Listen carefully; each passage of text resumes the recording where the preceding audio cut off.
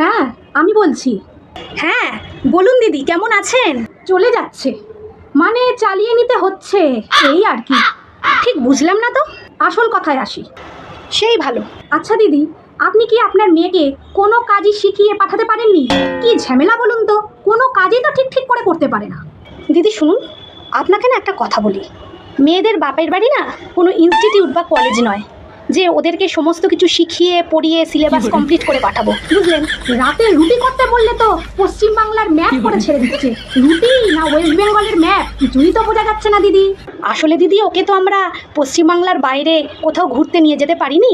ওর জগৎ মানেই পশ্চিমবাংলা। ও না পশ্চিমবাংলাটাকেই ভালো করে ঠিক ঠিক করে ঘুরে এসে দেখে নিয়েছে। এই জন্য যখন আপনি রুটি করতে বলেন তখন ও পশ্চিমবাংলা রুটি করে। ওর আর কি দোষ বলুন?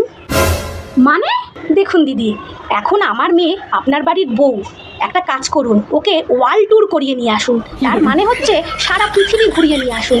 সারা পৃথিবী ঘুরিয়ে নিয়ে এলে তাহলে ও বুঝবে যে পৃথিবীটা আসলে গোল। দেখবেন ঘুরে এসে ঠিক গোল রুটি আপনাদের বানিয়ে বানিয়ে দিচ্ছে। ঠিক আছে দিদি?